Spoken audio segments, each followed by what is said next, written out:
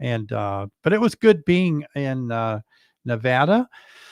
It was a great conference. I enjoyed speaking there last year. They had me back this year, and it was just a very good time. I appreciate so much what Andy and Debbie do to put that conference on, and all of their team members. They do a great job. They really do. It's fantastic. They bring in some great speakers. I got to hang out and speak with people that I already know, and some of them already know, and some of them I have as friends that we see each other at conferences. But when I arrived in Nevada, I got a rental car, and I was able to carry some of the speakers back over to Yerington, where the place was. Hey, TJ, good to see you. TJ's a long time friend. Thank you for being here tonight, TJ, with the super sticker. Appreciate that. Good to see you. He was one of my first people that helped me test one of the first live streams. It wasn't a public live stream. It was just a test flight. So thanks, TJ. Good to see you. And anyway, we piled in my rental car. I had Dave Tarpey from North Carolina. I had Steve Jimenez from Hides for Heroes, and then John Zavishlock. Man, the four of us just had a ball. It's about an hour and a half from the airport, so going over, coming back, and at the conference. But Randy Oliver, many of you know him. He was there. It was great spending time with Randy. Garrett Slater, I think he's from Louisiana, was there, and others. But it was just a great time. Food was great. I gained 27 pounds eating all their great food that they had there. I'd like to give a shout out to Peter, who is the MC of the conference. He does a great job. He really does. So hats off to Nevada and their great conference. I just really enjoyed being out there tremendously. Yeah, but it was tremendous being home.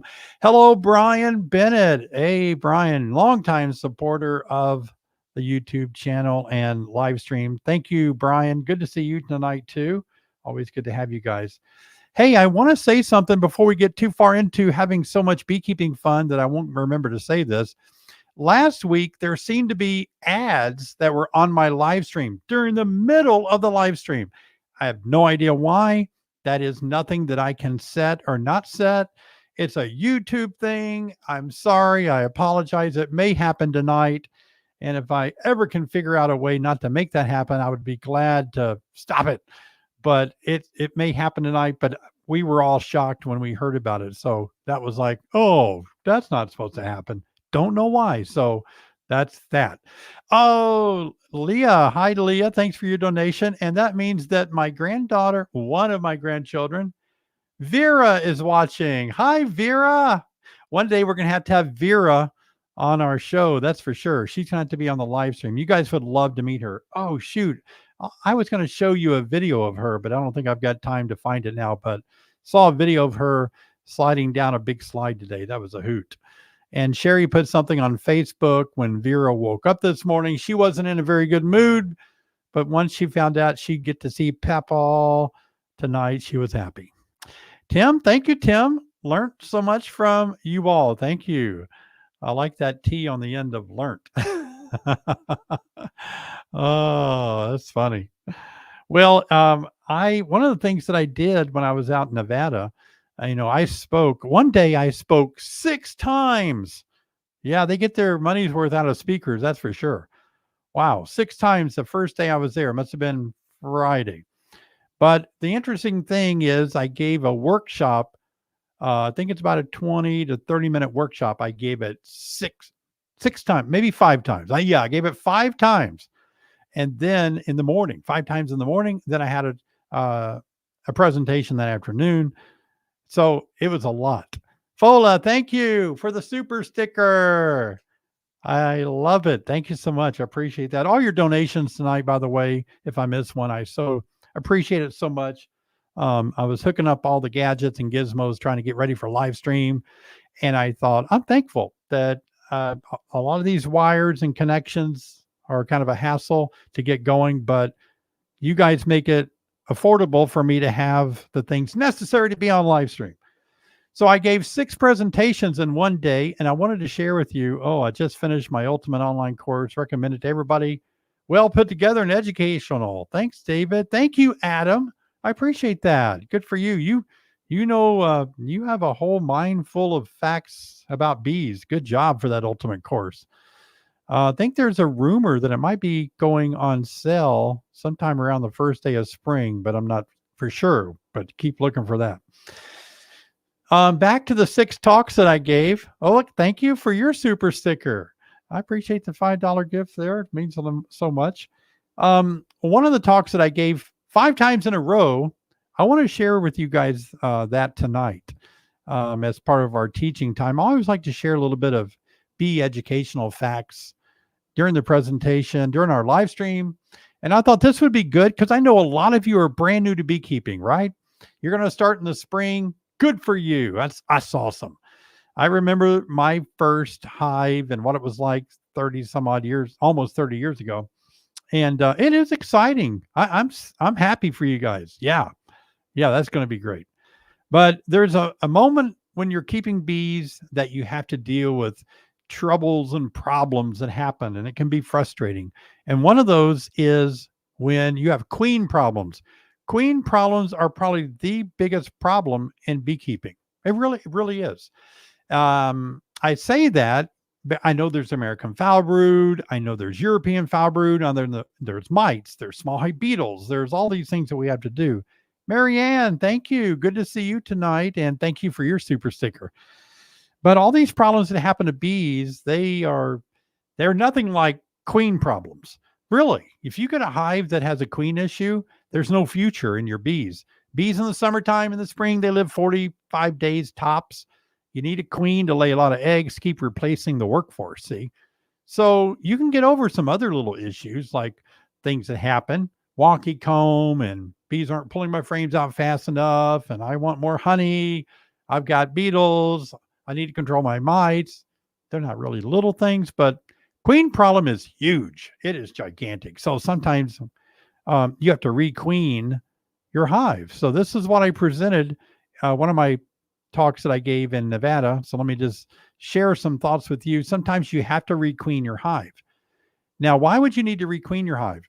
Sometimes you're looking for the perfect queen, a good queen. You're not going to find the perfect queen. Don't think you are. Stop it.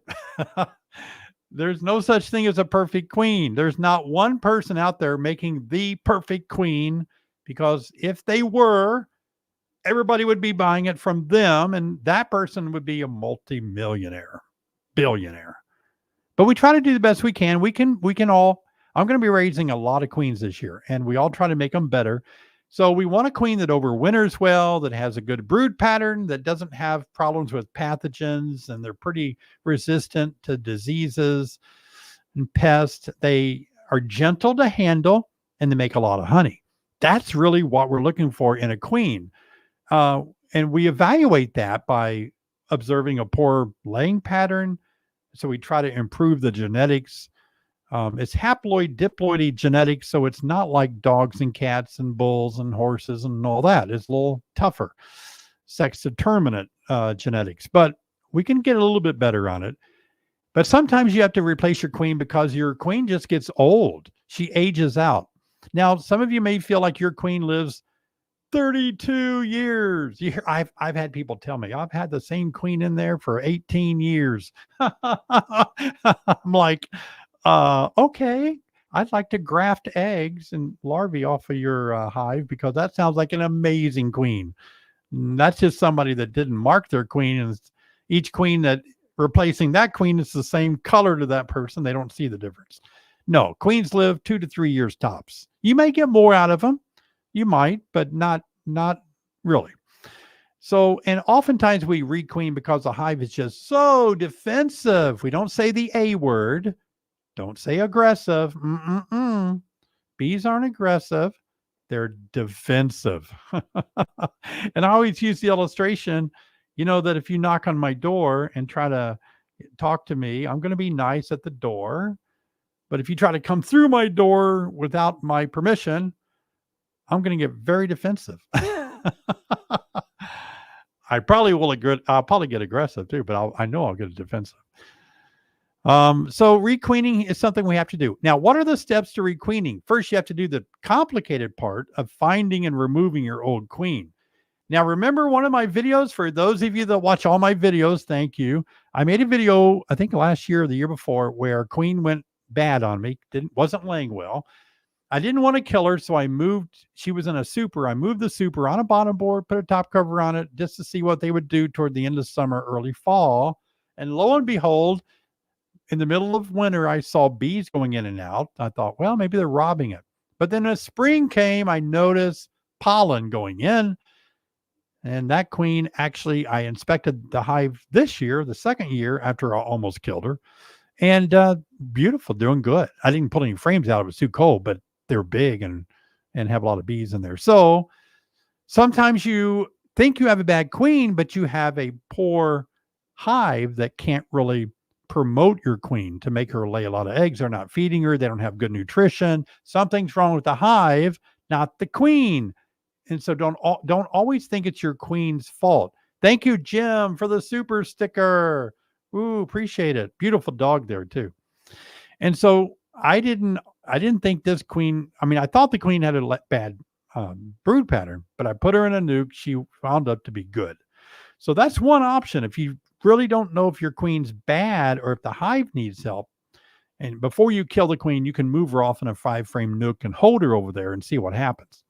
But do not introduce a queen without removing the old queen first. Don't think you can throw a new queen in a hive with a bad queen and they'll kill the poor queen.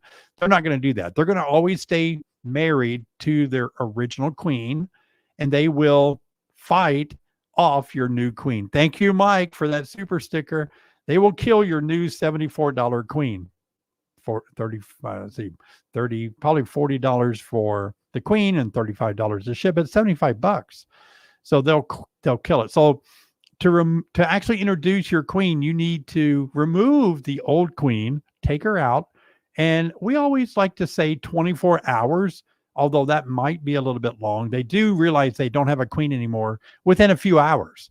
The queen mandibular pheromone, QMP, is gone. And so they realize, oh, we need a queen. And they can start raising emergency queen cells.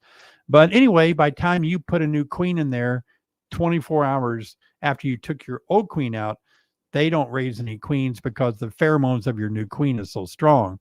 But listen, here's a good tip. This is worth the live stream. Everybody pay attention. Pay attention. Thank you, Holly, for your super sticker. So kind of you. Wow. I'm getting pumped and excited.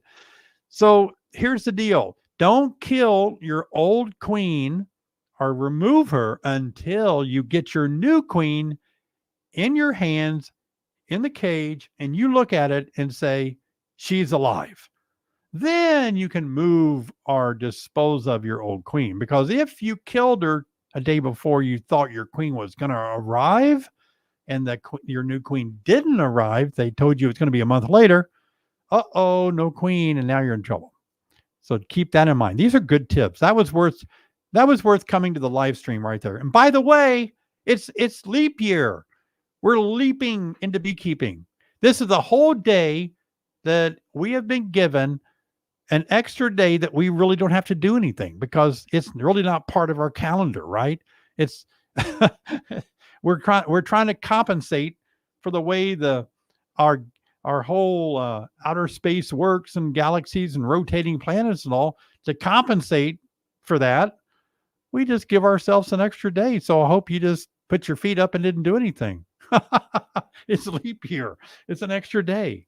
Sorry for those of you born on February the 29th, because you only have a birthday every 4 years, which makes you quite young, actually. Good for you. So when you're requeening the queen, you talk about, but that's one of my queens in the picture that I raised one year. She was so dark. Look at that. Almost just the color black. It's amazing. You replace your new queen because you get her in a queen cage and you place her in the hive, usually between in the brood nest area, usually, or can be in a honey super, but I kind of like the brood nest area. And the question is, how do you place the queen cage in the hive? Now, we have like 3 major queen cages. We have the Jay's Bees plastic cage, And then we have the 3-hole Benton cage. It's a wooden cage with 3 holes in the top. And we have a California mini cage. You've probably seen those 3 before.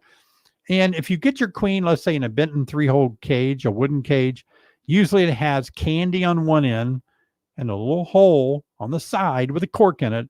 And the other side with no candy has a cork in it. Don't pull the cork out on the end that doesn't have any candy. Pull the candy cork out because you want your bees to slowly eat through the candy. By pulling the cork out, you're exposing that candy hole.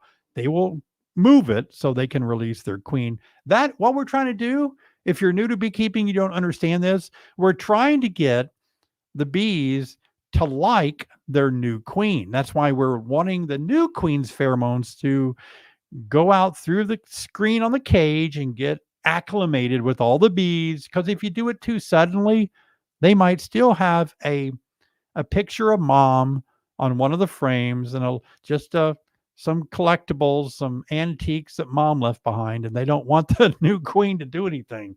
So you got to let this kind of be a slow process of 24 hours or so. And then what about the orientation of the queen cage? That's so funny. I wish I had a queen cage in here, but I can't believe I don't. Orientation, by that I mean big debate on, there's the hole that the queen's going to come out of. Should that hole face down or up? And that's the big debate.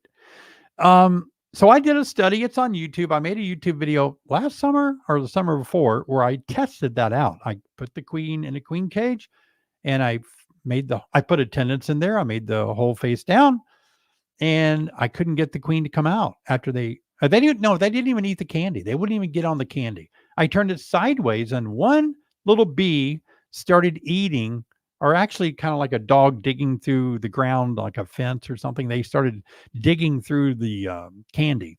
One bee. There was another one that came along and kind of watched her, but didn't really help that much. But that one single bee was able to drill through about a half inch of my candy that I put in there. And there was a hole big enough for the queen to walk out sideways. I had the hole sideways. She didn't walk out. The minute I turned it facing up, the queen walked right out. It was amazing. That video is on YouTube, by the way, on my channel.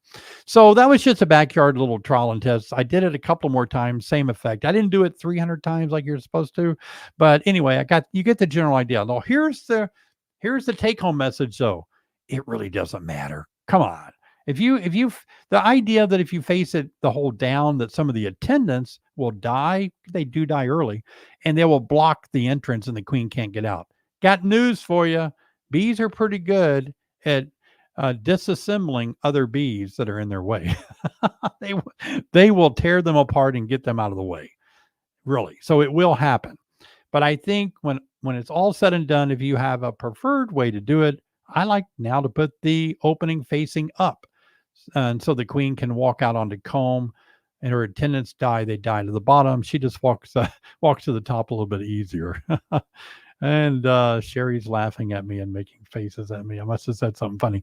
Okay. So you can place the queen cage any you want to, but I've been told that some people get their packages of bees that have a queen cage with them without any candy in the queen cage. And I don't understand that.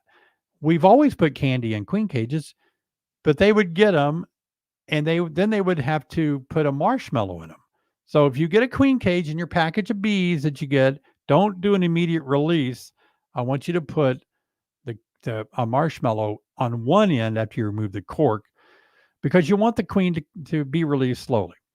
Now you need to wait 7 days before you inspect to see how your queen is doing. That gives you time to make sure she's released and starts laying a little bit. It's going to take her a little bit of time to start laying. How about this? Steps to requeen. You also probably need to consider marking your queen. It helps so much, doesn't it? To mark your queen. Oh my gosh, you can find her easier. You don't spend so much time inspecting your hive when you find your queen. So mark your new queen if you can, or buy her already marked. It's a big help. Oh, I misspelled that. But the second part says, this is like a sentence that helps you remember the color code. Got it? Won't you raise good bees? That's white, yellow, red, green, blue. Won't you raise good bees? So each year we have a year 1 through 6 is white. Or I'm sorry, 1 or 6 is white. So in this case, we would say that would be 2021, yeah, and 2026. So if you have a white mark on a queen, then that means she was born in 2021. Got it? Okay. That's pretty cool, isn't it? So this gives a little space between the years because the queen's not going to live that long to make it to the next, the color again. So this is just a international queen marking color code, by the way. And it's a great way to mark your queens, keep track of them, know how old they are so that you can look at the color and say, you know what? I think I need to replace that queen because she's getting very old by I can tell by the color that she is a color code. Now, when you're marking a queen, you can use a pin. They make a lot of pins at a lot of bee company stores, and they're marking pins. And one time I marked one of my queens when I was kind of new. I always had used different kind of paints, non-toxic paints. But I decided to try one of these new marking pins that has a felt tip on it, which this is all I use now. I primed it because I needed to get the paint down to the tip. I got it really primed good, not knowing what I was doing, too inexperienced at the time. I marked the queen and so much of the paint just bled out onto this queen. It covered her head, her thorax, her abdomen. It was terrible. And I had this moment of optimism. I'm an eternal optimist. And I thought, she's going to be okay. And then I got a Q-tip and tried to wash off all the red paint. That didn't go good. Then I thought, okay, I'll put her back in the hive. I've heard they kind of, clean her up and all. No, I saw her on the bottom board within a few hours, I think. So be careful when you're marking your queens with a marking pin. Prime the pin, but dab it on a piece of wood or something to make sure you just got a little bit on the tip. That's going to be real important.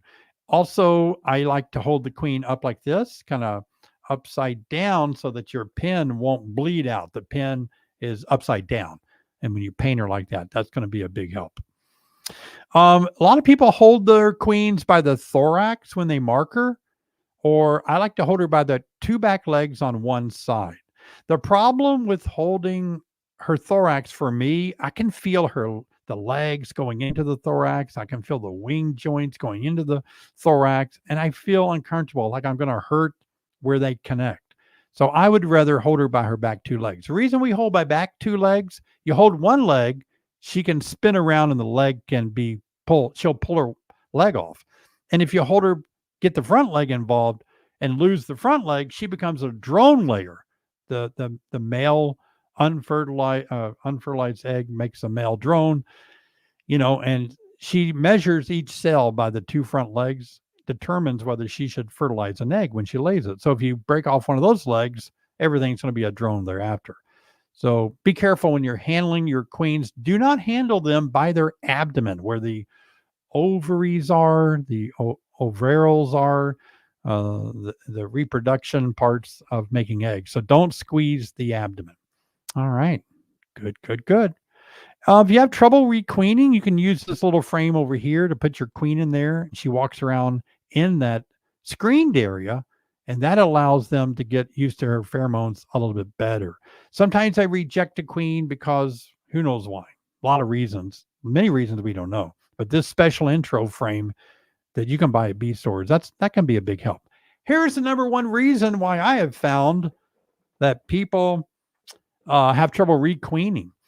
They don't see a queen, don't see any brood. They buy a queen. The queen gets shipped to them. And what happened was the hive was requeening itself. They were raising an emergency queen cell, cup or cell. So maybe you accidentally killed her when you were doing an inspection. So immediately they went to work to raise a new one, and they raised it. And it only takes 16 days from the egg until she emerges from her cell. So you didn't even notice the queen cell. When she emerged, they tore it down. You never saw it. Now you got a virgin queen. So maybe you went back to inspect it, but you don't see any eggs because you have a virgin queen that's not mated yet. Or the virgin queen is on a mating flight. And so you never see a queen. You keep looking, but they're in the process. They've got one in the oven. Now, when you introduce a new one, guess what they're going to do to that one? They're going to kill it because they went to all this trouble to raise a queen, even if she's a virgin, even if she's on a mating flight. The timing there, they're going to kill your $75 queen. And you wonder why. Well, you just got to wait, and you'll eventually see your virgin queen get mated, start laying eggs. But that's what happens a lot of times.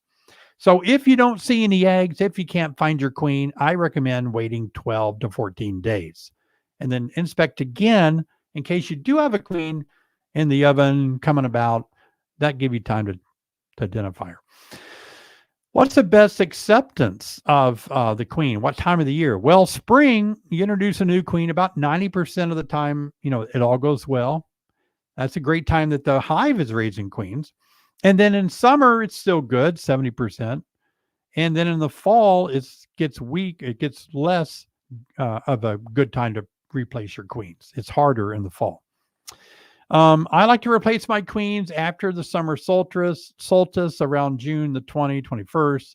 And that gives me plenty of time before winter in case I do have problems getting a queen accepted.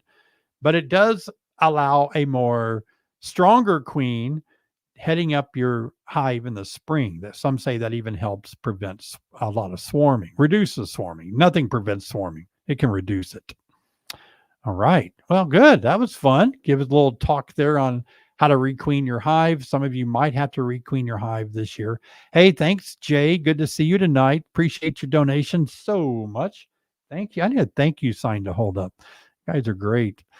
But yeah, you do need to monitor your queen. Those of you that are new to beekeeping, try to make a habit of going in there when you get your bees at least every 2 weeks and look for eggs. Make sure the brood looks good, solid brood pattern. It's going to be really good. Oh, good. All right.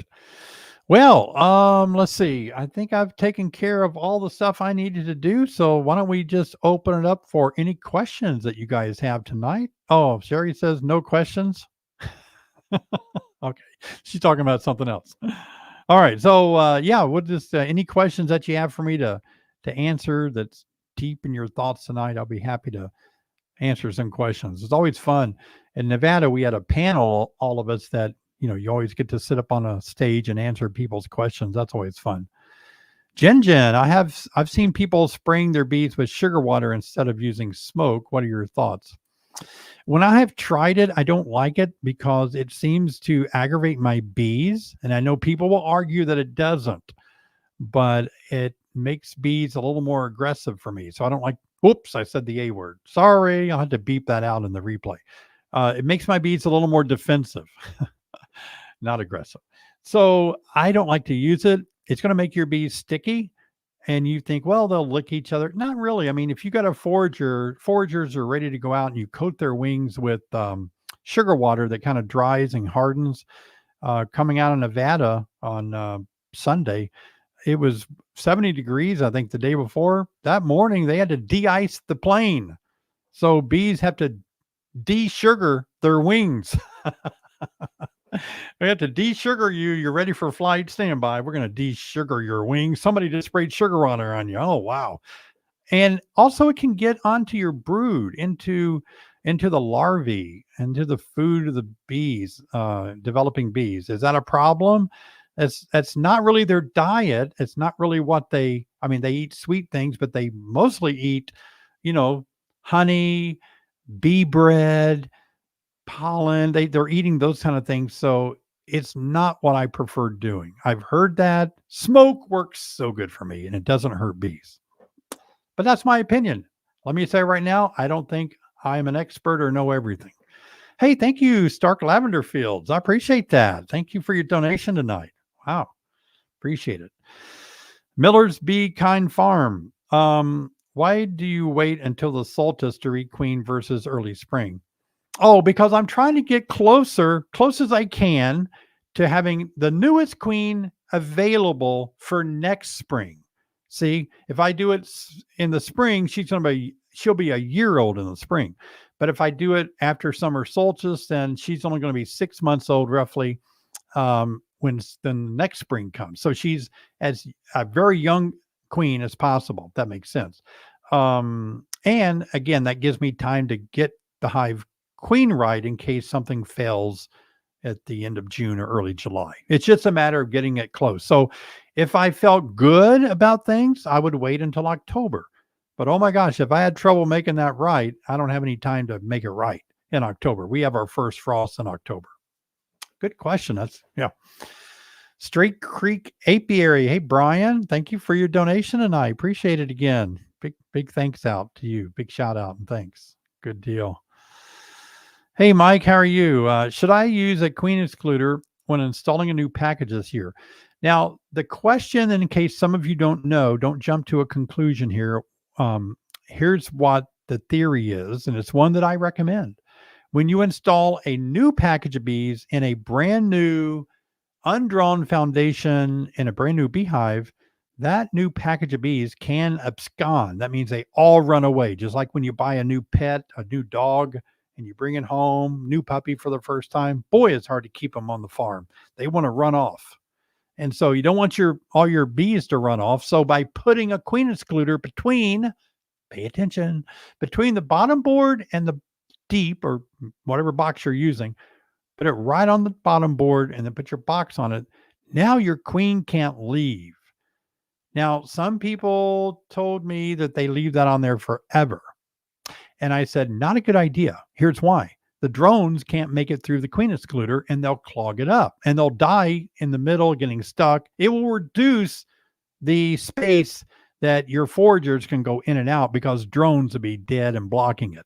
And stinky, all those stinky dead drones, they can't get them out of the hive. Yuck, that smells.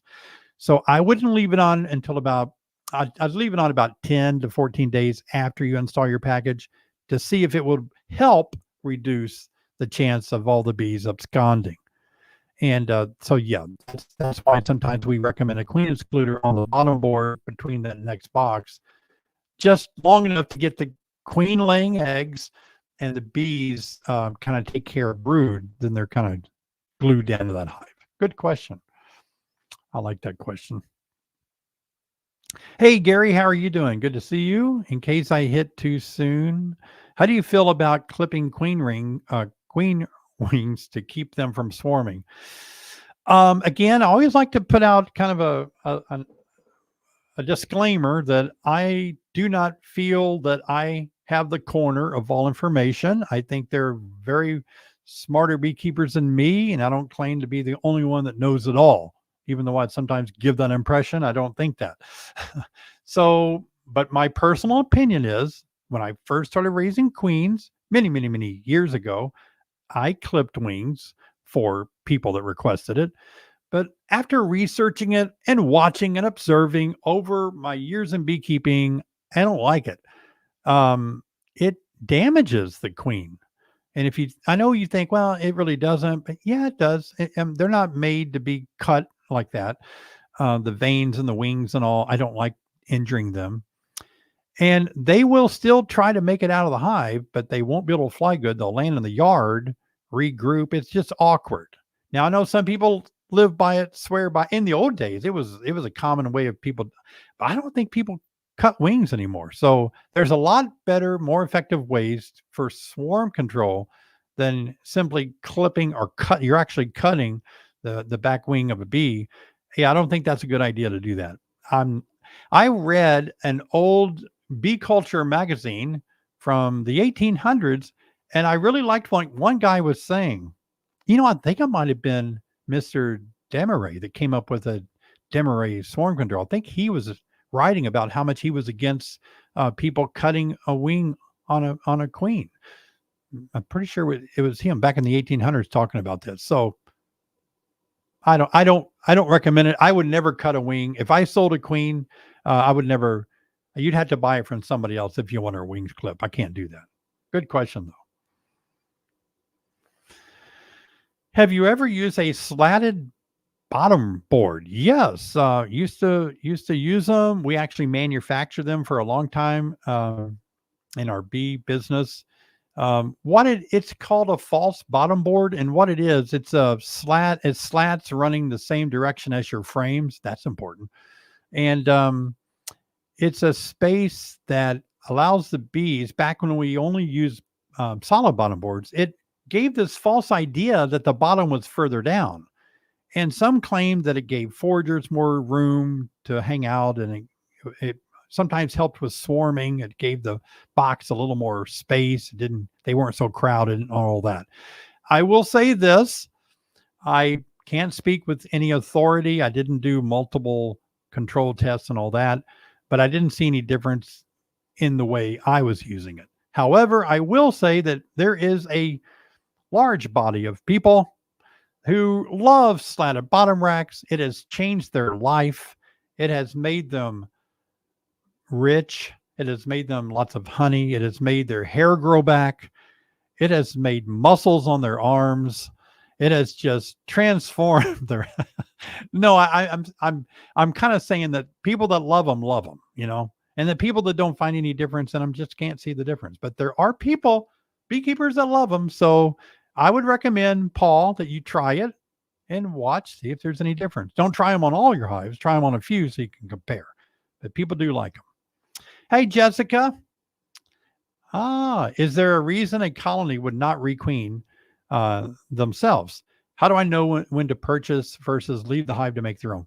Very good question. Glad you brought that up. I don't think I mentioned that. In nature, the hive should requeen itself. So in other words, if they're monitoring the queen's eggs and her brood pattern and all that, and if they detect that she's failing, they will supersede her. They will get rid of her, but they'll take one of her eggs. They'll raise a queen to replace her. They supersede her.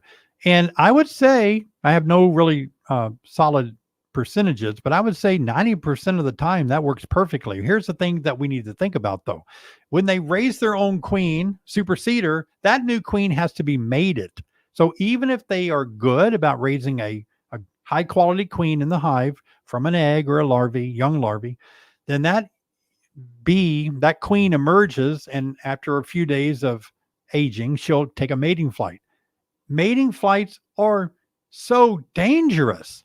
It's dangerous for a queen. She has to go probably 1.5 miles to 2 miles away to a drone congregation area. So she's flying through predators like dragonflies that eat bees, birds that eat bees. Queens are louder when they fly. She is potentially going to be killed, caught in a storm, hit by a school bus. I mean, there's so many things that can happen. Now, if that happens to this hive that naturally should requeen itself, there's no way they can raise another one because there's no larvae or no eggs, no larvae young enough to raise another one. So yes, they should raise their own queen. Now, how would you know when to purchase one or leave the hive alone to make their own? Like I said earlier, if you inspect every 2 weeks, you're looking for eggs. Now, if you go in there and only see 9-day-old larvae that's capped over, you haven't had a queen for 9 days. They still could be raising one, right? It's going to take 16 days from egg to adult on a queen. That's why you should wait 2 more weeks. After you don't see anything, wait 2 weeks. And if you don't see anything, then probably time to buy a queen. Very good question. Yep. Hope I explained it well enough. A lot going on keeping a hive queen right. That's for sure. Adam, how soon can I put extra wax on my foundation before I install them? Boy, that is a good question. And it really, you're not going to really have any reason that that wax would ever go bad. You know what I mean? I suppose if you waited 10 years, maybe, but you can easily do it a year in advance and it would still be very good. Maybe 2 or 3 years if your frames are kept in a climate controlled area. They can melt off if it's kept out in a barn or something, drip off. But no, I've done it. You want to do it now if you haven't done it yet. You got anytime you want to. Doesn't matter. Sure doesn't. No. Dave, when putting in a 5-frame nuke in the hive, do you put a second box on right away or let them draw out some frames out first? Good question. So Dave's going to get a 5-frame nucleus.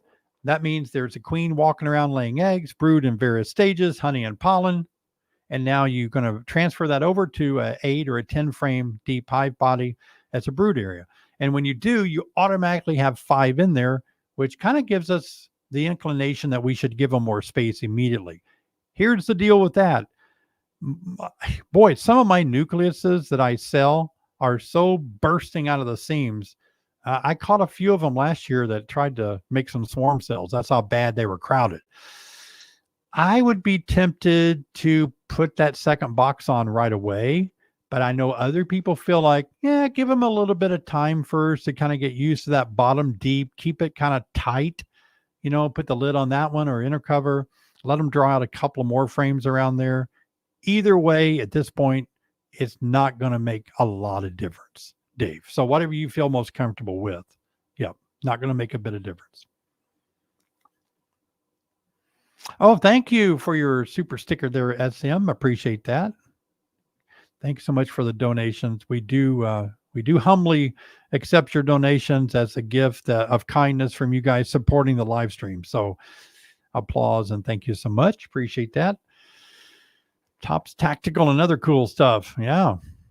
I just did a cut and I'm not sure I got the queen. Okay, you did a cutout probably. Maybe you took it out of a house or a tree or something. Not sure if you got the queen. Best thing to do there, and I've done my share of cutouts too, is to put them all in a hive with frames, right?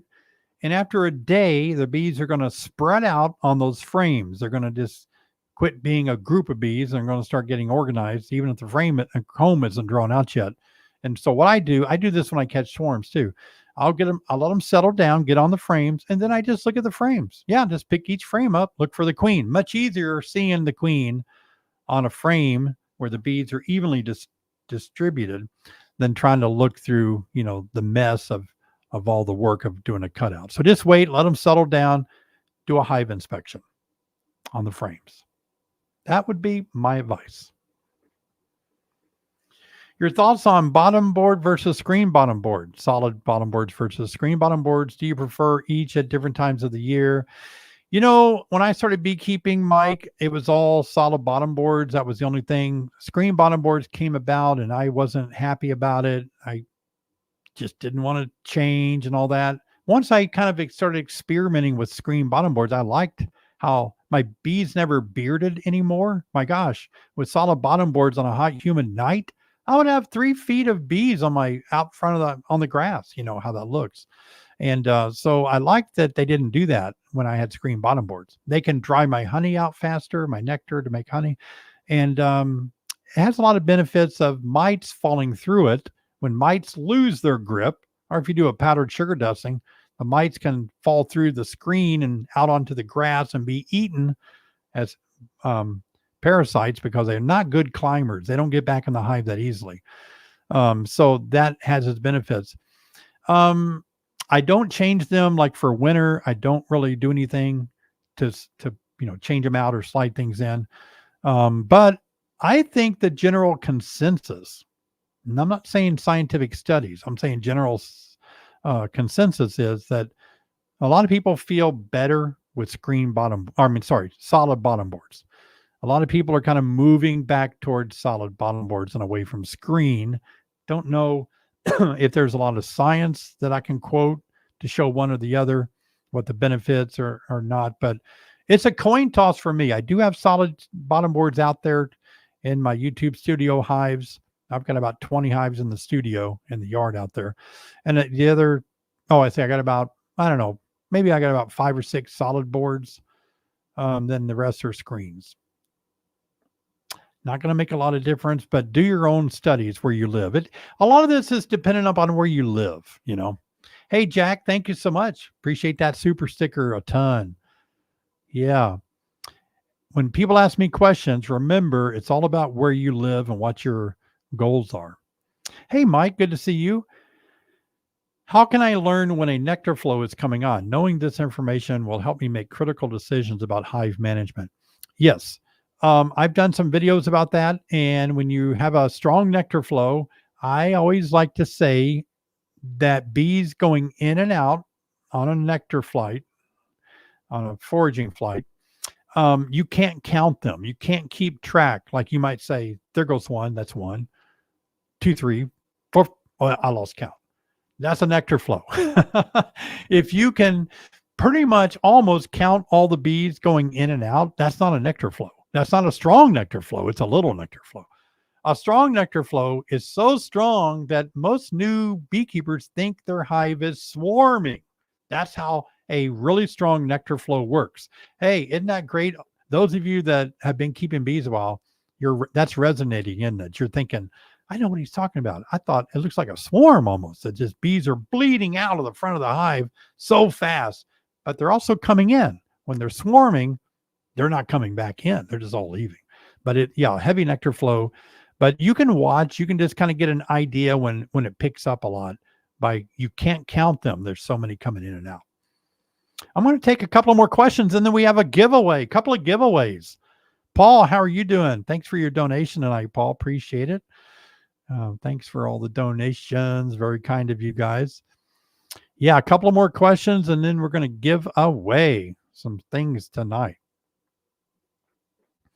Oh, Margaret, thanks for your donation tonight. If you just have one hive, but you want to get a new queen, just in case, where do you keep the new queen? I always recommend, Margaret, that if you don't have too many hives, like less than 10, maybe 10 or less, you could get a 5-frame nucleus and you could keep a 5-frame nucleus as a support hive for each of your big hives. So in that way, you do have a little queen not a little queen, she's a good queen. You have a queen over there in the 5-frame nuke on standby. Now you still have to take her out, put her in a queen cage with a marshmallow or some queen candy to let them slowly get introduced to her. But yeah, you can hold a new queen in a 5-frame nuke box. Absolutely. Let's take one more question before our giveaway. Richard Sims? Yeah, I'm speaking at their workshop this Saturday in I think it's Kankakee area up there here in Illinois. Looking forward to speaking on pests and pest management. That'd be a Saturday workshop. Looking forward to that, Richard. Good to see you. Wow. Yeah, I'm looking forward to your talk or my talks and looking forward to being with you guys. Thank you. That wasn't a question. Scott, thank you for your donation. We'll take one more question. And we got a few minutes before our giveaway. Well, there's Charlie. Hey, Charlie, always good to see you here. How early in the spring can you add a super? Should you do it in the beginning of the season? Again, it depends on a lot of factors. If you add it too early, you're giving them too much space.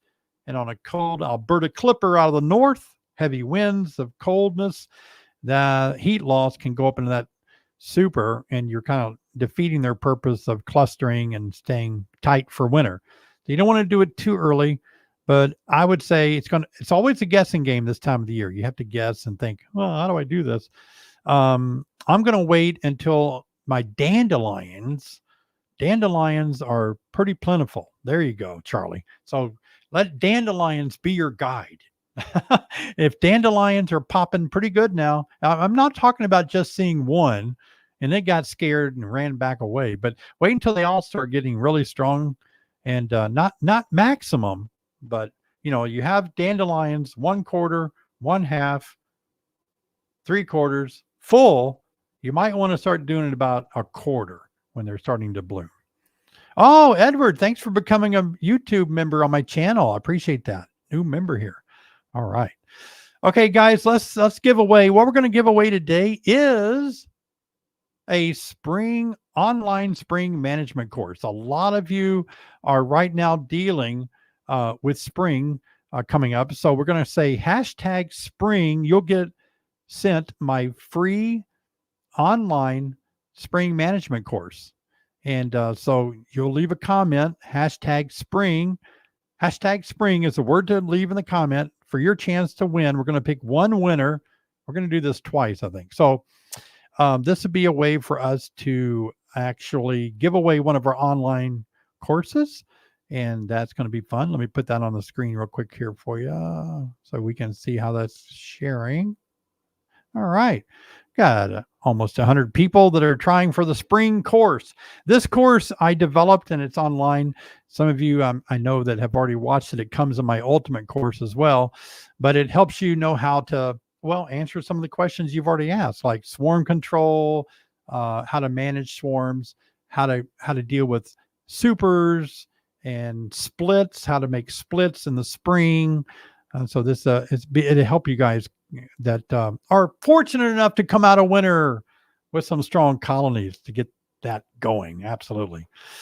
Okay, so just leave a comment, hashtag spring. Multiple comments will not give you any advantage. Do not use a capital S. It's all lowercase, one word. Once we reach 200, we're going to roll and see who wins. We're at 180 right now. There's a little bit of lag on my screen. Some of you see numbers that I don't see probably, or I see them before you do. I don't know, but I'm going to spin it when we get to 200, unless we just can't go any higher than 185. All right, I'm bored. I'm going to spin it. All right, let's see who's going to win now. Let's draw. All right, look at the names going by. Who will it be? Who will the winner be of the spring management course, online course? Tim Picking. Whoa, Tim. Way to go, Tim. Congratulations. Tim, if you'll just email our email address, our winning email address of, I've forgotten what it is. It'll probably show up on the screen pretty soon. Maybe not. There it is. longlanehoneybees@gmail.com. Email them and tell them that you're Tim Picking that won the spring management course online, and they'll get that sent right out to you. Congratulations. That was great. Let's go ahead and do that again. Give me a second here to figure out how I can set that up. This time we're going to use the word, okay, let's use the word hashtag flowers. That's plural. Hashtag flowers. All right. So going for the spring class again, hashtag flowers. Okay, let me see if I got that going. Yep. Okay, good. There we go. So if you didn't win last time and you were jealous of Tim winning, now's your chance to be a winner again of our spring management course, dealing with a lot of techniques on making splits in the spring, catching swarms, how to deal with controlling swarms, even how to get the most honey out of your hives in the spring and all. One spring, I got so much honey out of my hives. It's hard to get, here's the deal. It's hard to get honey in the spring if you have a really small hive coming out of winter because they don't have a foraging force. So I start raising a lot of foragers. I'm going to start doing it on March the 4th. I'm going to start feeding my bees 1-to-1 sugar water with all my additives. Now, this is where I live. It's different for where you live because that's 42 days before my big, heavy spring flow. So I'm building my foragers up so that I'll have a big workforce when spring starts flowering. I'll have a strong colony. See what I'm saying? I used to only come out of winter with 10,000 bees, in the old paradigm. Thank you, EL. Good to see you tonight. Thanks for your super sticker. But now that I feed bees all the time in the winter, I come out with strong colonies that are ready to get that spring. Okay, we reached 200. That's the magic number. We're going to spin again and see who will win. All right, there they go. 202 people in the pool. Who will win the spring online management course? Margaret Decker. Wow, Margaret, you won. So Margaret, be sure and email longlanehoneybees@gmail.com and we'll get that class sent right out to you. And they're taking all these good notes of who you are. Make sure that gets sent to you. Can you show Margaret the email address, please? And we'll just make sure that she sees that so she can email it. Yep, longlanehoneybees@gmail.com. Good job. All right. This is really good. I appreciate you guys participating tonight. Every donation, all the donations that you give for the live stream, we reinvest into the live stream by giving away things and by having special guests on, and that costs money. So it is really important for you to support the cause. And if you can't, that's fine. You do your thing. I understand. We love you just the same. If you can't donate, you're here. That means that's good support too. So, but any donations you get, we are using those to build up our live stream. So thank you so much. That's always so much appreciated. Well, we have hit the 59-minute mark of all the fun that we can tolerate in one night. We got a few minutes here left, but I'm just going to take the last few minutes to thank so many of you guys that were here tonight. And I saw some that were here from Nevada. I think I saw Tim Sanders was here. I saw him in Nevada. And I met several others of you, and I kind of had to take my eyes off the comments, so I didn't really get the chance to see all of you. But whether you're from Nevada or from the other part of the globe, wow, it's great. I think you guys are the greatest. You guys are so supportive. I appreciate each and every one of you. Beekeeping is a way that helps me live a fulfilled life. I am fulfilled by sharing my knowledge and my skills and education experience with you guys on YouTube and here in the live stream. And that gives me great fulfillment. Let's talk about that for a minute. Which is better, to be happy or to be fulfilled? Well, I think fulfilled. I like being happy. I'm kind of the person, my glass is always half full. I'm sorry. I'm one of those people that will drive you crazy. I'm always happy. Not always, but most people would say always. But here's the thing. I can be happy and then I can be sad. Happiness is fleeting to some degree, isn't it? You know what I mean? It's something bad can happen. I'm not happy anymore. I wake up in the middle of the night, I hit my toe on a dresser. I might have been happy for a moment. Now I'm not happy at all. I'm not happy the next day because I'm limping. My toe's black. So, but fulfillment is different. Living a fulfilled life means that you feel satisfied, that you're fulfilled. I can't really explain what being fulfilled means, but anyway, for me, it means I'm fulfilled because I enjoy helping people. I enjoy encouraging, building up, inspiring people. I enjoy coming alongside of people that are finding a hard time to move forward. And the wildfires, people that are experiencing hardships and tragedies. I love coming alongside of people. So that's my strength. That's my superpower, if I have one, is I'm fulfilled in helping others. And that's you guys give me a kind of like an avenue to help out all of your beekeeping endeavors. So I love you guys so much. I want to give a big shout out tonight for Sherry, Queen Bee Sherry, and Jessica for helping behind the scenes. They made it all happen tonight. It was awesome. And I don't know. They'll probably tell me if the ads bugged us today or not. But anyway, all of you are so great. And we had Santa Claus here tonight. That was great. All right. So big shout out to all of you. You make this thing so enjoyable. So I want to thank you all once again. And I hope you'll get a chance to always watch all of my videos. Please subscribe and click on the bell of all my videos so you'll be notified each time I make a new video, because I work hard for you guys. You hear me say that a lot. I'm not just saying it. I really put a lot of time in to make a lot of videos so you can enjoy them. So good night, everybody. Thanks for being here, and we will see you next time.